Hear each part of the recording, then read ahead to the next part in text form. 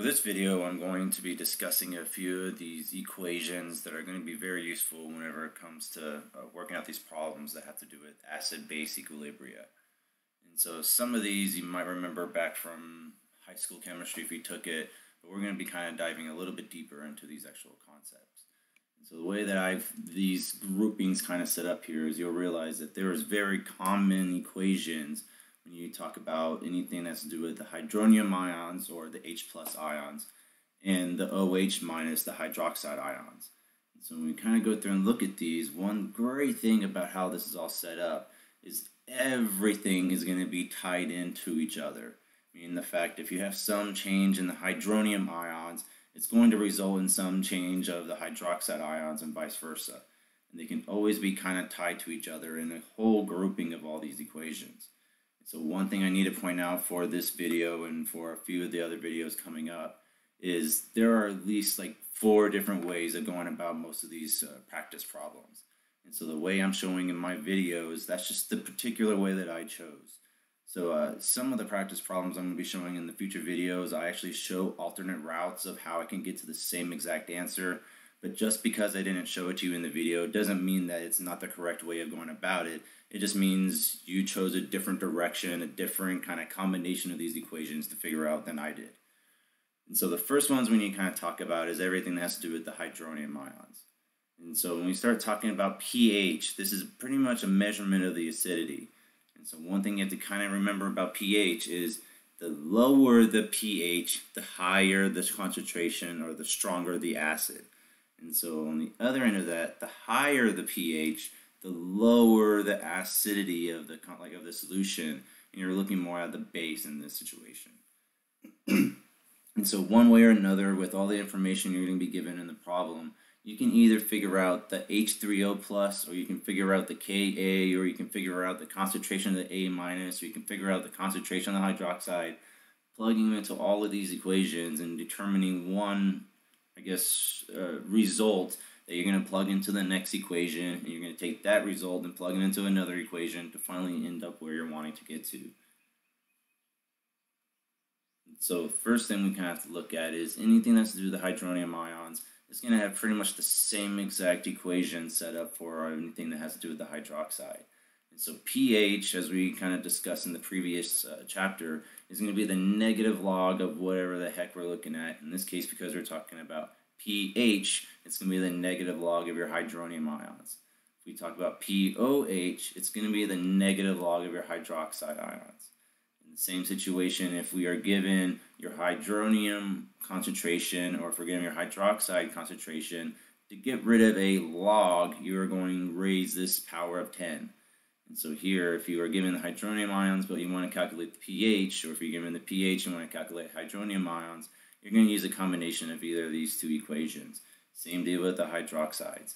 If you're given the pOH and you want to know the concentration of the hydroxide ions, you're going to use 10 to the negative pOH, or vice versa. If you know the hydroxide concentration, you're going to use negative log of the hydroxide concentration to calculate your pOH. And so these 2 bad boys down here I kind of left out, but basically these are going to be your constants when you talk about the acidity and the bases, and so equilibrium constants, sorry. And so in these cases, you're both being kind of looking at the same idea as we've kind of explored in the past. You're going to have the products of your H3O plus and your A minus over the reactant of HA. And so one thing I should note here, keep in mind the overall chemical reaction for this setup here is going to be your HA plus H2O gives you H3O plus A minus. Remember, H2O is a liquid, it's not going to change its concentration, so we kind of kick that out of the equilibrium constant here. Same deal with the your Kb, but in this instance we're looking at, again, your base adding to water is going to produce your BH plus and your OH minus. Water is still going to be a liquid, not going to change concentration, kick that out. So you're still looking at the products, the multiple of the products over the actual reactant here.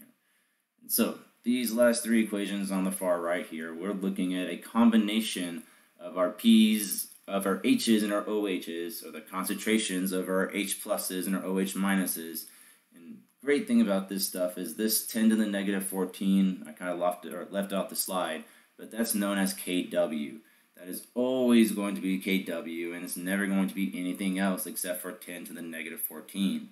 And so Ka times Kb is always going to equal Kw. Also, your concentration of your hydronium ions times the concentration of your hydroxide ions is going to always be Kw. In addition to that, if we take the negative log of your H3O plus, we get pH. If we take the negative log of our hydroxide, we get pOH. If we take the negative log of 10 to the negative 14, we end up with 14. So this is just another relationship. If you're given pHs and pOHs, you know they're going to sum to 14. If you're given the concentration of your hydronium ions and the concentration of your hydroxide ions, multiply those and you should end up with 10 to the negative 14. So let's take a look at these two examples here and solve for everything that I can kind of figure out. And so basically I want you to solve for the pHs, the hydronium ion concentration, the pOH, and the concentration of the hydronium ions. And so we kind of go through and take a look at all these. Kind of go through and look at the first one. We are now looking at 5.0 times 10 to the negative 3 molarity HCl. And so hopefully you should know by now that when we kind of look at something like that, we're looking at a strong acid. And so the strong acid is going to completely dissociate. And so in those cases, we're not going to have much of a reversible reaction. Well, it is going to be reversible, but it's going to go to what we call completion. And so here, if we want to know something about the H3O plus, we are given that basically because we know that all of your HCl is going to break up into H3O plus and Cl minus. And so we know the concentration of our hydronium ions in this solution is going to be roughly equal, and it's going to be a little bit less, but not to any dramatic extent. But the H3O plus is going to be equal to the concentration of your HCl initially, which, as I kind of tell you right here, is your 5.0 times 10 to the negative 3 molarity. And so if we have our H3O plus, given these equations right up here, we can solve for our pH by taking the negative log of our 5.0 times 10 to the negative 3, because that's our concentration of the H3O plus here, to get a pH of 2.3. And so now that we have our H3O plus and we have our pH, you can kind of go about these next steps a few different ways. I'm going to show you one kind of route using my HCl, and I'll show you another route using my sodium hydroxide. What I did here is I used the relationship of our 10 to the negative 14 is the multiplication of our concentration of hydronium ions times the concentration of our hydroxide ions. If I know my H3O plus is 5.0 times 10 to the negative 3 molarity, I could plug that in from my H3O plus. I know my Kw is always going to be 10 to the negative 14, so this relationship is always going to apply. Your hydroxide ions is always going to be equal to Kw over the concentration of your hydronium ions. In this last step, if we know our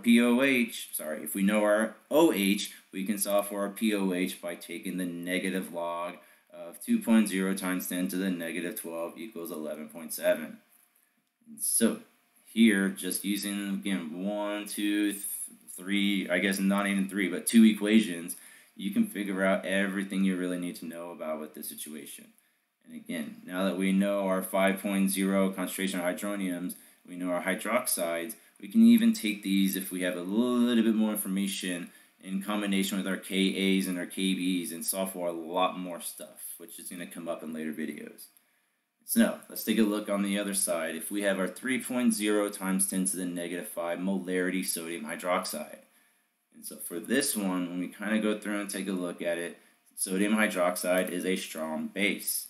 So therefore, all of this sodium hydroxide is going to completely dissociate and break up into sodium ions and hydroxide ions. I'm not too interested in sodium, so let's just talk about the hydroxide.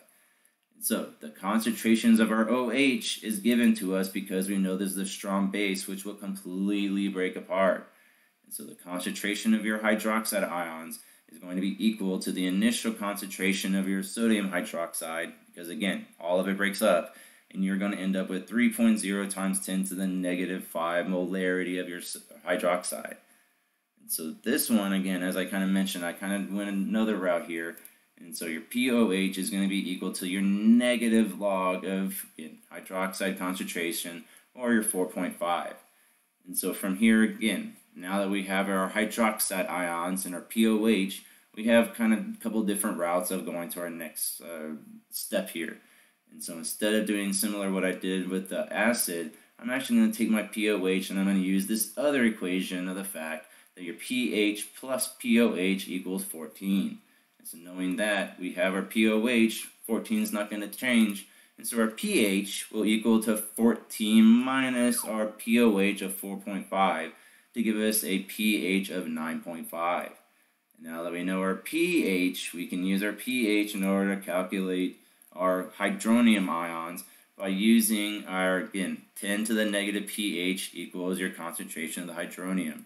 And so here, concentration of hydronium is equal to 10 to the negative pH, or give us a concentration of 3.2 times 10 to the negative 10.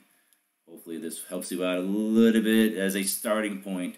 Please be very comfortable with using these equations because it's going to be basically the rest of this chapter.